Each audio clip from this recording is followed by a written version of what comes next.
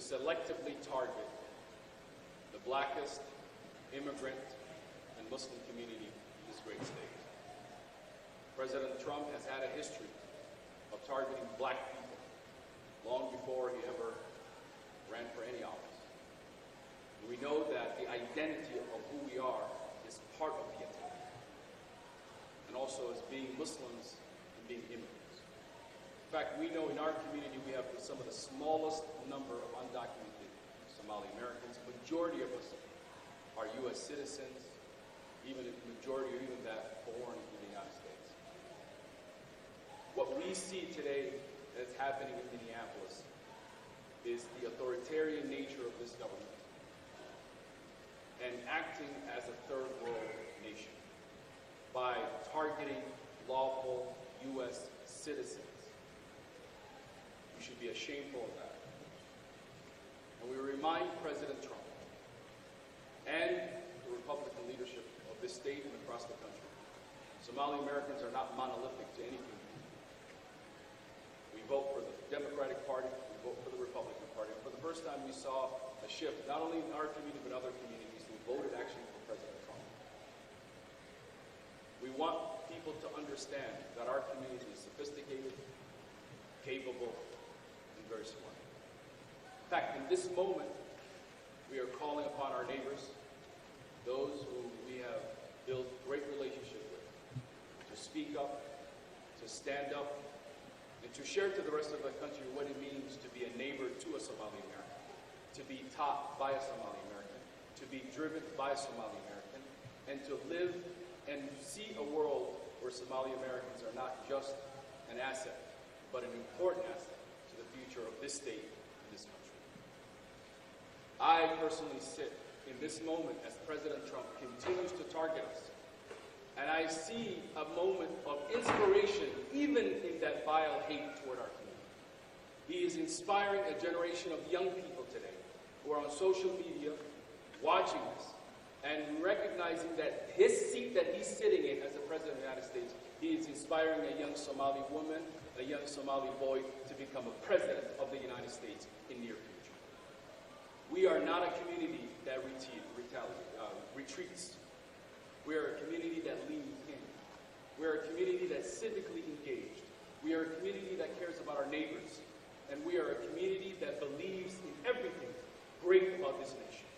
Not only do we serve in the Army and police departments, but we are part and parcel of everything that happens in the success of this great state and our country. This is a moment for all of us. And in this moment, we ask for everyone to show their humanity and to show love in the face of hate. And I know this moment will pass, but history will remind us of what we did in this moment, how we stood next to each other, and how we reminded each other of the best ideas. On a suburban cul-de-sac somewhere in the outskirts of the city resides 5 children who each could claim that their ancestors came from other parts of the world. But every single morning in this country, those 5 children ride on a school bus looking at each other as Americans, as friends, as neighbors. That is the America that we live in. That is the America we envision, and that is the America of today and tomorrow. Thank you.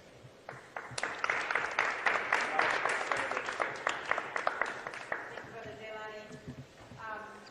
Thank you, everybody, for being here. A couple of weeks ago, right-wing podcasters said Donald Trump should revoke temporary status for Somalis. 700 people across the country who are seeking refuge from famine and violence.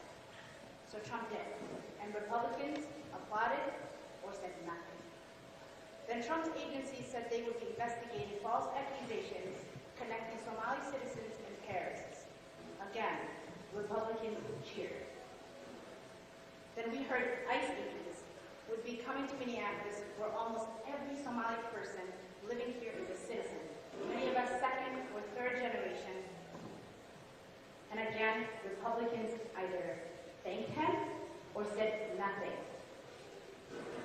Yesterday, Donald Trump exposed what he really wants, what he really thinks, that Somalis are garbage. And that he does not want us here. That's dehumanizing and hateful language, and a direct threat to denaturalize and deport American citizens like myself. And where are the Republicans now? This morning, I emailed Republican leaders in the legislature and asked that they join us here, and that they speak out publicly or contact me directly, and condemn what Donald Trump said about their fellow Minnesotans, their fellow citizens. So far, no response. My offer still stands. The actions taking place against Somalis in Minnesota include ICE, Border Patrol, the DEA, the DOJ, the Treasury Department, Homeland Security, the ATF, and the FBI. They are throwing the full weight of the federal government against a tiny population of people, maybe 80,000 in Minnesota and a couple 100,000 across the nation. We are a fraction of a percent. Why us? Is that because we're tiny and most Americans don't know a Somali person? And he thinks he can get away with it? He can start with us, but it will not end with us. This is a defining moment in the history of the United States. We are a nation of immigrants and of rights, but only if we are brave enough to defend it. What we do now, collectively and individually, determines what kind of country we are. I'm asking every Minnesotan and every American to stand with us now and prove to the world, as we have many times before, that as a nation we are stronger than any authoritarian dictator.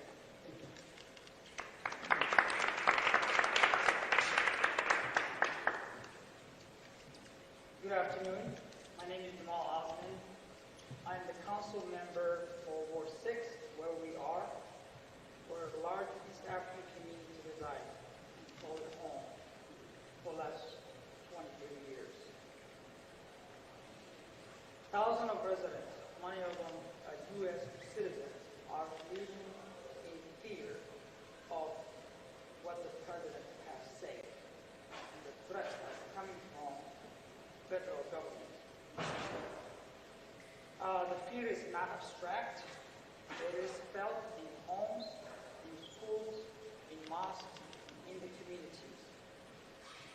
Even my own daughters, who are 100% American, are asking, why us? Why are we getting singled out?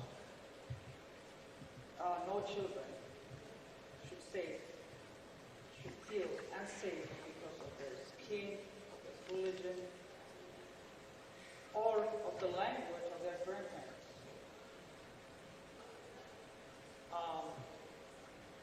What we're seeing right now that's coming from our president is not just politics, it's a dangerous act of othering a fellow American. History warned us that divided citizens, us versus them, puts nations at risk. As a council member, my responsibility is to ensure that every resident, every immigrant, every refugee knows their rights, have access to resources. So I'm calling out the entire Somali community in Minnesota. You're not alone. You're with me. You see behind us the wonderful state legislators that came to your community, came to your doorsteps. We have seen many churches, many organizations, many Americans that do not look like students beside us in this last 48 hours or so. We are resilient. We know fear. We run away from fear. And now we're facing fear, and I know we can come over and get over this, and we will go through this. So, Mr. President, we are U.S. citizens. 98 plus of residents of Minnesota are U.S. citizens. Over 50% are born here. We are Americans. You are. So let me change your perspective to Somali. like to invite you to Minneapolis. Go down the hamburger and grab some sambusa. Chai tea. Come to Carmel Mall. It's a wonderful place. Contribute a lot to the culture, music, art. What makes Minneapolis and Minnesota wonderful is Somali community. We're here to stay. Thank you.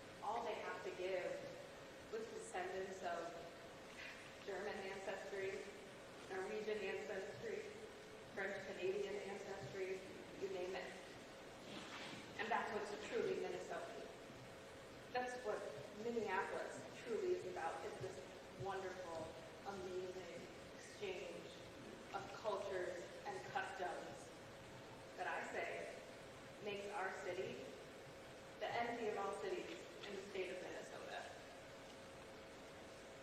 The fact that we have cultural corridors, events, markets, all of this to give, that creates a very, very vibrant and unique mosaic in our state.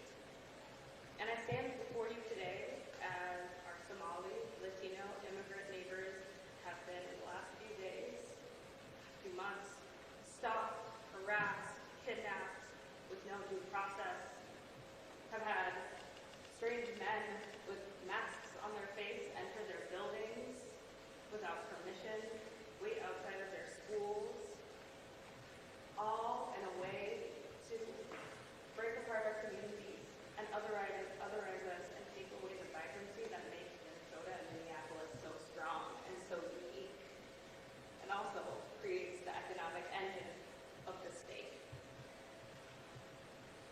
I want to say, this is a moment for us all to use our voice to ensure that we do not pit each other against one another, to stand up for our Somali community, to share the amazing experiences that we have shared with one another as Minnesotans, and to also understand an attack on the Somali community is an attack on the Latino community, the Afghan community, any person who wants to have liberty and freedom in our state and in our country. And what the president is seeking to do is weakening our nation and making a mockery of it in the world. To our community, I want to encourage you to stay vigilant, stay in communication with one another, know your rights, share what rights are to your neighbors, make copies and carry any valid immigration documentation, and carry proof of citizenship if you have it, because we know that under this Trump regime, authoritarian regime in the Supreme Court, they're targeting people based off of the language that they speak and the color of their skin. They are racial profiling. In the city of Minneapolis, we have a great resource, the Office of Immigrant Rights and Refugee Affairs. I encourage you to connect with them to know all of your rights and then also seek different resources, whether it's legal resources, other community networks. We have been working diligently to build that up as a city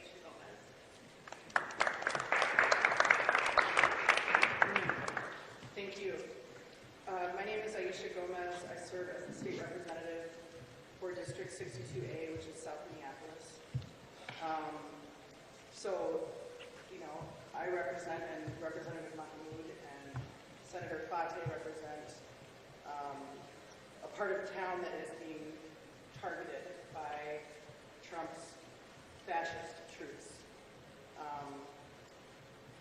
What we see is aggressive and divisive tactics being used on our streets. And so what's happening right now is that, our neighbors from the Somali community are being scapegoated. And this is something that happens throughout history and that unfortunately, we've seen repeatedly in our country. It's a distraction tactic. It's designed to elicit fear and to sow division. And Southside's not standing for it. Not in our community, not on our streets, not in our city, not in our state. And so you heard a couple speakers talk about how important it is to know your rights in these moments. And it's important regardless of your immigration status to know your rights in these moments.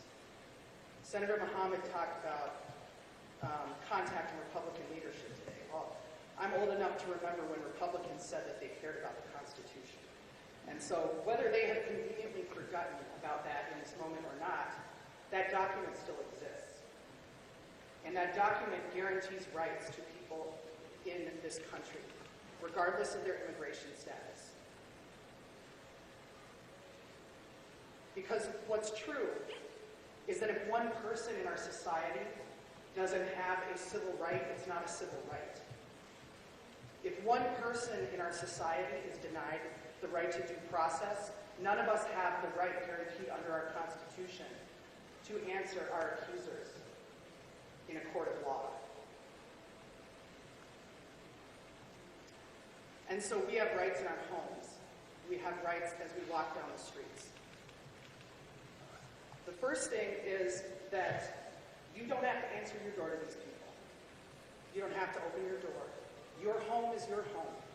Nobody can enter your home without a signed judicial warrant. You should know that ICE agents will lie to you. They will show up and they will try to gain entry to your home through deception, and they're allowed to do that.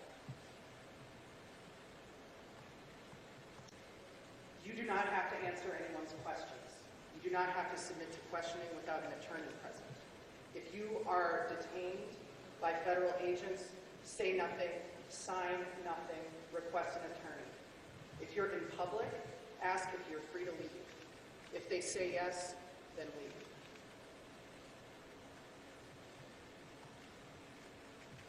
Don't share any private information with a federal agent if you're detained. Don't share your address. Don't share anybody's name if you're associated. Ask if you're free to leave. If you are not, request an attorney and say nothing further, and do not sign any papers. Contact your consulate as soon as you are able if you're detained by federal agents. And then I want to talk just for a moment to people like me who are not impacted by this threat in the same way as our beloved Somali neighbors are. Because we have an important role to play in this moment. I said, and I believe firmly, that ICE is not welcome on the streets of Minneapolis. They are certainly not welcome in the south side of Minneapolis, where they seem to be trying to take up residence right now. And so as somebody who's not directly impacted, I believe that it's my responsibility to show up and to communicate to them that they're not welcome here. And I'm willing to do that in any way necessary. And mostly just asking questions, making noise, letting my neighbors know. I have my whistle around my neck. A lot of people in the neighborhoods have these. If you hear a whistle in your community, go and check out what's happening. If you don't have a whistle, maybe you could get one. It's a way to communicate to people that there is an issue of concern happening in the streets. Don't be afraid to honk your horns if you see something happening. Don't be afraid to record. You have the right to record these activities. It's up to us in these moments, because what we know, you just read activities of this administration are being struck down in courts left, right, and center, right? They have no hesitation about engaging in illegal activities, and they'll just wait and fight it out in court, right? So there's lawlessness among us in that way. And so we know that these tactics are sometimes we need to come together and disrupt them. And so yeah, I just would say, look, we have to stay vigilant. We have to stand together, be there for your neighbors, learn what your rights are, share them around, have each other's phone numbers, and know that we have what we need to protect our communities in this time.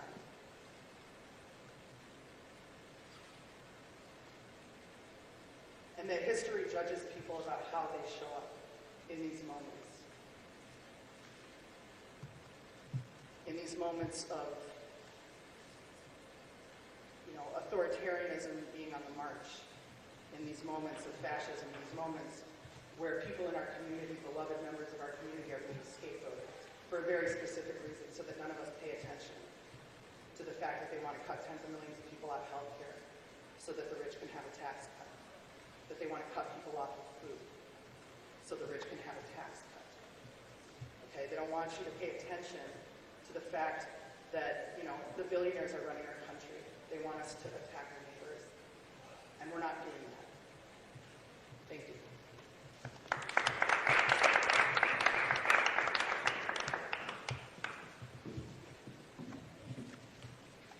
My name is Doran Clark, D-O-R-O-N Clark. I'm proud to be the senator of the Cedar Riverside neighborhood. I'm proud to stand with my Somali neighbors, my Minnesotan neighbors, and say no, and to condemn these actions.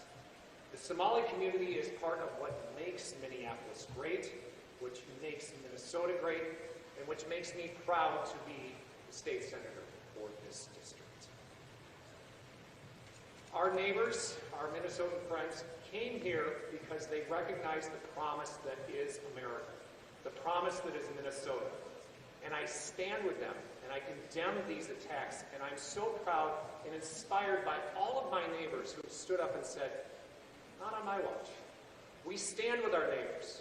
We stand with New Americans. We stand with our Somali friends and neighbors and say, you are part of Minnesota. You are Minnesotan. You are an American. And I'm proud to be here in Cedar Riverside. I'm proud to be here in Ward 6. And I'm proud to say that, well, this community is Minnesota. This community is America. And I'm so glad you're here.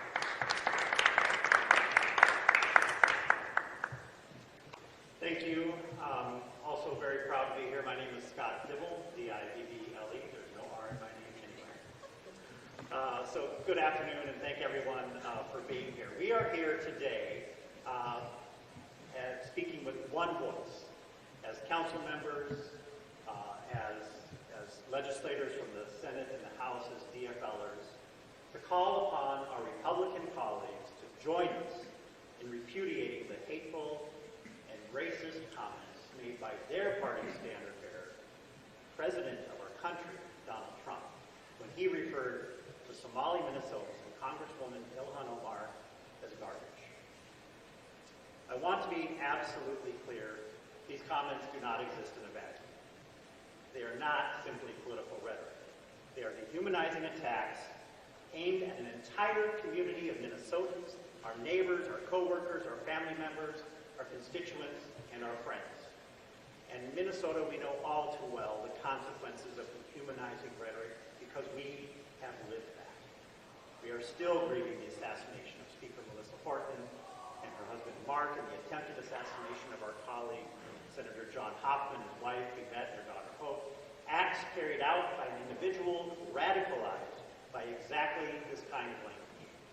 When leaders of power demonize and dehumanize, it is not metaphorical.